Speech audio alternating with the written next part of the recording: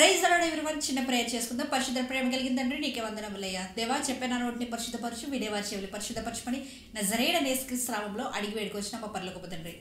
ఆమేన్. So ఈ రోజు video దేని గురించి అంటే యాకోబు ఏసావు గురించి మీకు ఆల్రెడీ లాస్ట్ వీడియో తెలిసింది కదా. వీరిద్దరూ పెడుకులాడుకోవడం, ఆశీర్వాదాలు దొంగలించడం, బయటకు పారిపోవడం, తను పెళ్లి చేసుకోవడం, ఇవన్నీ లాస్ట్ వీడియోలో చూసాం కదా. ఈ వీడియోలో ఏం చూస్తామంటే వాళ్ళిద్దరు ఎలా కలుస్తారు, దేవుడు ఎలా కలుపుతాడు, ఎవ్రీథింగ్ ఈ వీడియోలో తెలుసుకోబోతున్నాం. ఈ వీడియో స్టార్ట్ చేసే ముందు నాది ఒక చిన్న రిక్వెస్ట్. ఇలా బైబిల్లో జరిగిన ఇన్సిడెంట్స్ అన్ని ఎపిసోడ్స్ ద్వారా నేను ముందుకు తీసుకురావడానికి ట్రై చేస్తున్నాను.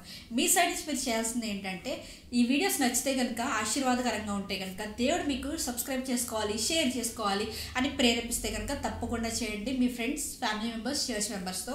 ఇంకేమాత్రం ఆలస్యం చేయకుండా వీడియోలోకి వెళ్ళిపోదాం. Let's get into the video. యాకోబు పెళ్ళయింది, తన జీవితం అలా కొనసాగుతుంది. కానీ ఎప్పుడు రిగ్రెట్ ఫీల్ అవుతూ ఉంటాడు అనమాట. ఎందుకంటే తన అన్నని మిస్ అవుతూ ఉంటాడు.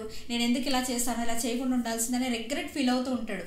దేవుడికి ప్రతిరోజు ప్రార్థిస్తాడు. ఆల్రెడీ తన అన్నకి సారీ రిక్వెస్ట్ పంపిస్తూ ఉంటాడు. తన అన్న యాక్సెప్ట్ చెయ్యడు. తన అన్నకి చాలా కోపంతో రగిలిపోతూ ఉంటాడు.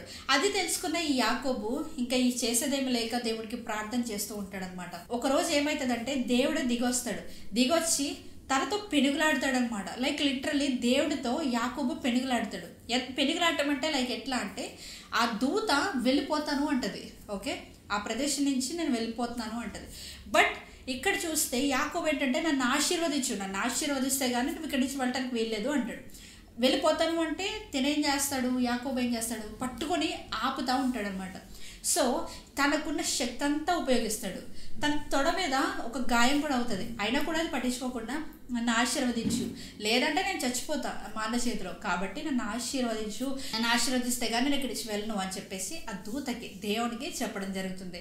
సో ఆ దూత ఏం చెప్తుందంటే, నువ్వు దేవుడితో పెనుగులాడి జయించావు కనుక నీ పేరు ఇంకా యాకోబు కాదు, ఇజ్రాయేలు అనబడుతుంది అని చెప్పి అక్కడ ఆ ప్లేస్లో దేవుడు వాగ్దానం చేస్తాడు. చేసిన తర్వాత దేవుడు ఆశీర్వదిస్తాడు.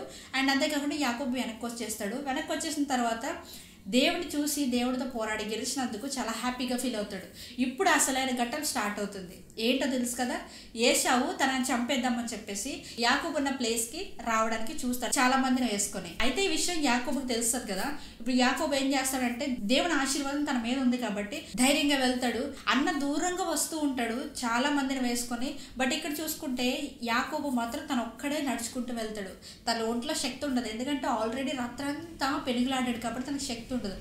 వెళ్ళి దగ్గరికి, ఏసావు చాలా దగ్గరకు వచ్చే టైంకి లైక్ మోకాల మీద పడిపోతాడు అనమాట.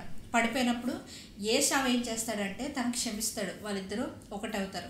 సో ఇలా దేవుడు వాళ్ళిద్దరిని కలుపుతాడనమాట. ఈ స్టోరీ చాలా చిన్నగానే ఉండొచ్చు, కానీ ఈ స్టోరీలో మనం నేర్చుకోవాల్సిన చాలా ఉన్నాయి. ఏంటి అంటే దేవుడి దగ్గర ఒకటి, మనం ఎప్పుడైతే పట్టు విడవకుండా ప్రార్థన చేస్తామో, అడుగుతామో, దేవుడు తప్పకుండా దయచేస్తాడు. కానీ కొన్నిసార్లు దేవుడు కావాలని దయచాడు. ఎందుకో తెలుసా, ఇలా టెస్టులు పెట్టడానికి. నువ్వు నిజంగా నుంచుంటావా లేదా, నేను ఒకవేళ నిన్ను ఆశీర్వదించకపోతే నువ్వు ఎలా ఉంటావు, దీన్ని వదిలేస్తావా లేకపోతే దీన్నే పట్టుకుంటావా అని దేవుడు కొన్నిసార్లు టెస్ట్ పెడతాడు మన జీవితంలో. మనం ఏం చేయాలి అంటే ఆ టెస్ట్కి నుంచోవాలి. దేవా, నా జీవితంలో ఇది జరిగితే కానీ నేను నిన్ను వదిలిపెట్టను.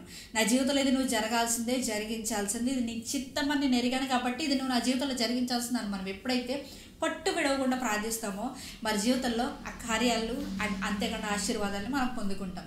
యాకోబు ద్వారా మనకు తెలిసింది కదా.